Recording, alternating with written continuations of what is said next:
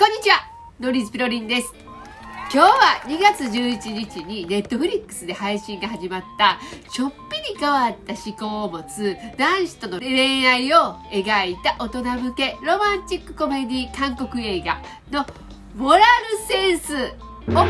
紹介します。この映画はライン漫画が映画になった作品です。で、性的指向を扱っている映画なんて18歳以上の R 指定となっています。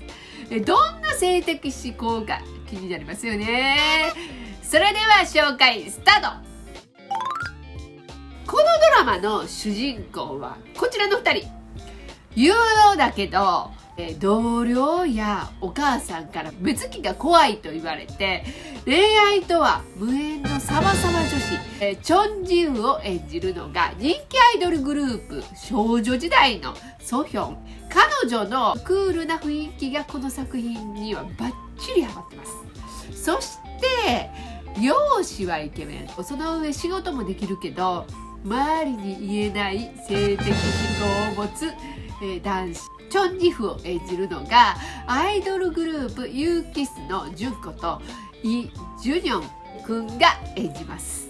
彼はねコンビニセピョルにカメオで出演してたんですが、誰かわかりますか？で、私も初めで分からなかったんですけどね、初めの方でコンビニでタバコを買いに来る学生みたいな男の子がいたと思うんですよ。ジャージ着た。年齢確認で問題になったレイの彼です。で、全然イメージが違うんですが、なんか私のカンドラの師匠がね、教えてくれました。さすがですよね。二人の名前すごく似てるので、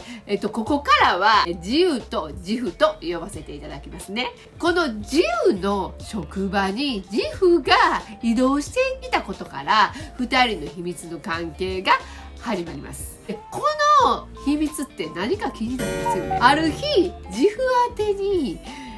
宅配便が届くんですが、2人の名前すごく似てるので誤って自由が開けてしまいます。するとね、そこにはね、なんだか怪しげな金具のついた、これなんですけど、なんだか金具のついた首輪がね入ってるんですよ。自由はね、そういうひょんなことから彼のユニークなそういう性的思考を知ることになってしまうんですね。そしてその後3ヶ月の期間限定でなんと服従関係のパートナー契約を結ぶっていうね、スリリングなラブロマンスが始まります。で、私たちはね、日常ね、なんだかこう S とか M とかで封されるね、私 M なのとか私 S なのとかっていうのをね、よく使ったりするんですけどね、あまりね詳しく調べたことないですよね。で、私もなかったんですが、この映画そこの部分をね少し深く掘り下げていきます。だからなんだか大人が見てもちょっと面白いんだと思います。 BDSM とか DS ってね、ドミネーション、支配っていう意味らしいんですけど、サブミッション、屈服っていうね、それで DS らしいんですけど、とかいろいろ意味があるみたいなんですけど、この言葉を借りると、自由は支配する側で自負は屈服する側っていう感じみたいなんですよ。 S と M で表すと、自由は S いじめる側と自負は M でいじめられる側っていう感じですかね。自由はね、初めてご主人様となることにね戸惑うんですけどね、いろいろとネットとかで BDSM について調べて、で威厳を保とうとする自由の様子が等身大にね描かれていてね、すごくね分かりやすい映画になってます。そして BDSM イコール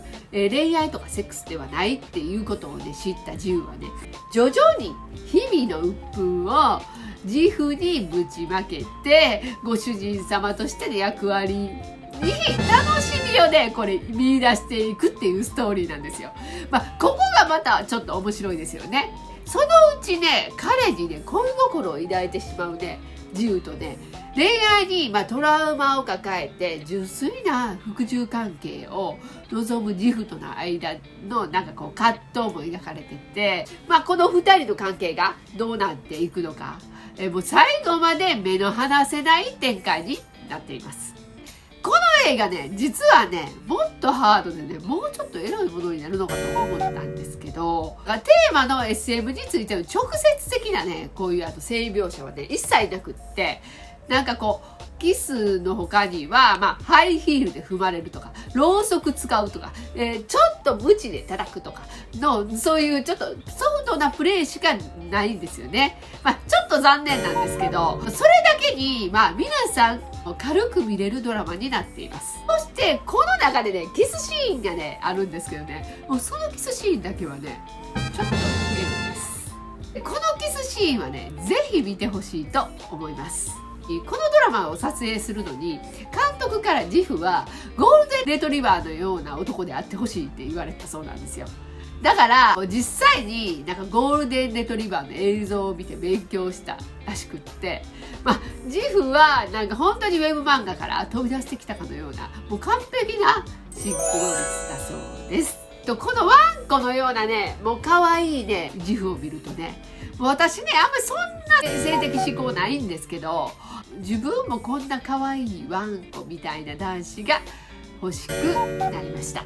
ちょっぴり刺激的な自由と自負の関係と2人のロマンスの行方が楽しめるラブコメになっているので、笑いながらちょっとドキドキしたい人におすすめな映画になってます。映画なので2時間ぐらいで見れちゃうんで、ぜひまだ見ていない方は見てみてください。それでは今日のコメント紹介します。ロス続出、レンボにハマる3つの理由にいただいたコメントです。WK さんです。みろりんさん、おはようございます。おはようございます。去年の年末のレンボロス思い出させていただきました。よかったです。パクウンビンさんがとても凛々しく素敵でした。かっこよかった。そこに初恋のローンくんが超美形になって現れちゃうから、もうしっかりした時代劇でありつつ、なんだかずっとほんわか桃色キュンキュンがずっと続くという感じ。さらに最後の最後までどうなるかわからないハラハラ感がすごくて、本当よくできたシナリオだと思いました。そうなんですよ。で、このハラハラがね、最後まで続いて、最後はすごく気持ちよく終わるので、レンボ本当におすすめです。そして、ラスト、いろんな意味であんな満足させてもらえるラストはなかなかないような気がします。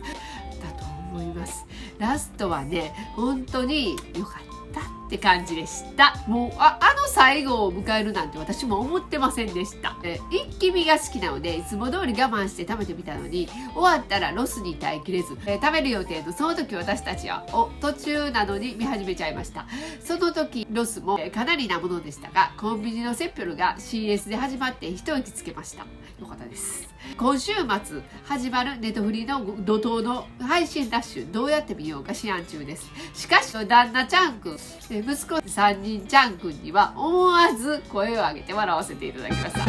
私の夢ですでもそれ最高ですね。今日の夜夢に出てこないかなといただきました。マジでね、それ最高だと思います。皆さんぜひその妄想をしてみてください。次はイ・ジョンソク主演の君の声が聞こえるにいただいたコメントです。モンさんです。雰囲気イケメンにちょっと笑ってしまいました。君の声が聞こえる、私も好きなドラマでした。すいません異常速ファンには雰囲気イケメン、違うイケメンって言われるかもしれないんですけど、すいません。顔というより透き通るような指導肌、何を着ても着こなせるスタイルの良さ、かっこいいと思いますが、これが雰囲気イケメンでしょうか。そういうことだと思いますかっこ笑いといただいてますそうですね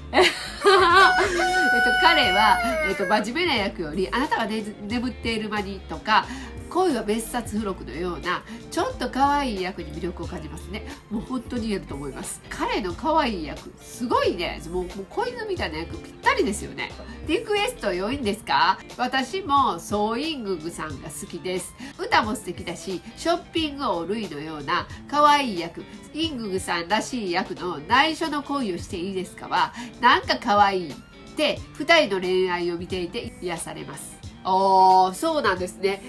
確かにショッピング王ルイとか可愛いですよね。インググさんもイケメンに学ぶ韓国語で近々出してみたいと思ってます。私もすいません、もうあれさ、なんかやり始めてすぐサボるんかっていう話なんですけど、ちょっと4月ぐらいまで待ってもらえたら嬉しいですただネットフリックスではあまりイングさんのドラマ少ないんですよね。そうなんですよね。私もね、お友達にね、結構可愛いよって言われたんで、見てみようと思ってるんですが、結構ね、見ようと思ったらね、あんまりないんで、また、ネットフリックスで配信されるといいかなと思ってます。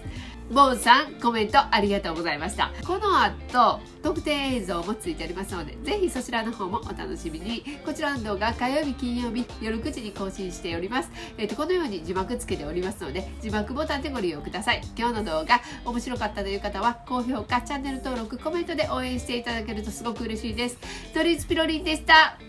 アンニョーン。